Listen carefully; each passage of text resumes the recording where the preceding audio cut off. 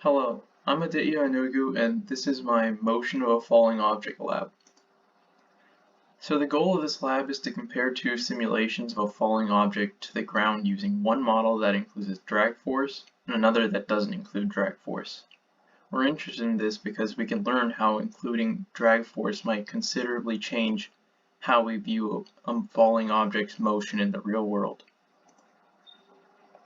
The fundamental principles behind this lab mainly come from Newton's momentum principles, Newton's second law, considering that Fnet equals the change in momentum over time. In these simulations, we're going to see how Fnet is affected differently by the inclusion of drag, and these changes in Fnet would result in changes of velocity and subsequently position over time. These are some of the references I used in my model. Here's a recording of me dropping a cardboard box to the ground. It was hollow inside. Here is the data from Tracker. It gives out time and the Y position over time, and I used this data and inputted it in Excel to get my graphs. And now here are our graphs. As you can see, we have the without drag graph on top and the predictive model with drag on the bottom. In both of the graphs, the orange line represents the graph with experimental data, and the blue ones represent ones with the predictive model. As you can see, when we look at the predictive model versus the experimental data for the predictive model without drag, there's a significant difference between the anticipated final Y position and the actual experimental final Y position. As you see with the model that predicts drag along with it, there's also a significant difference, but it's quite a bit less than what's seen in the one without drag included. Before I start analyzing my graphs, here's my GlowScript code for the dragless simulation.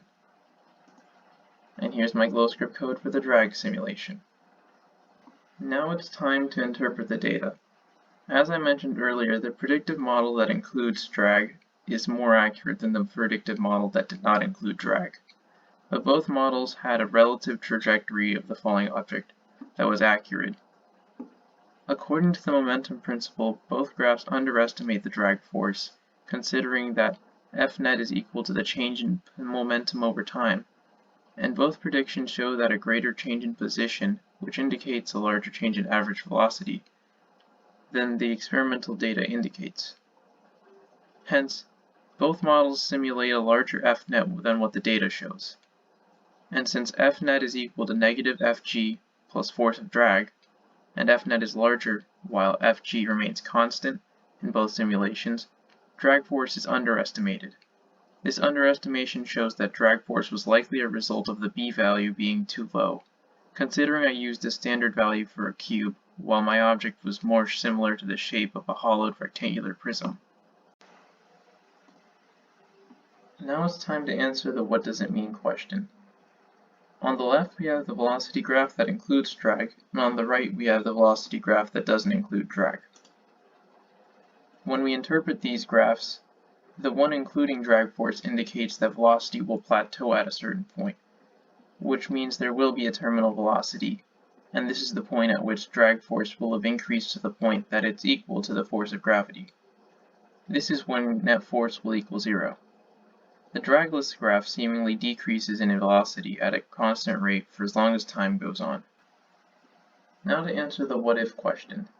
If the object was thrown down with an initial velocity other than 0, the terminal velocity would still remain the same, because terminal velocity only happens when the force of gravity is equal to the force of drag. Considering that terminal velocity is determined by the magnitude of drag force, which is determined by the force of gravity, terminal velocity would only happen depending on the mass of the object as well as the coefficient of drag, considering its formula is equal to Fd is equal to negative b times velocity squared. This concept is also reflected by the graph which shows that velocity over time when an object is thrown with a velocity of 5 meters downward it will eventually plateau towards this negative 3.6-ish meters per second. Finally, thanks for watching.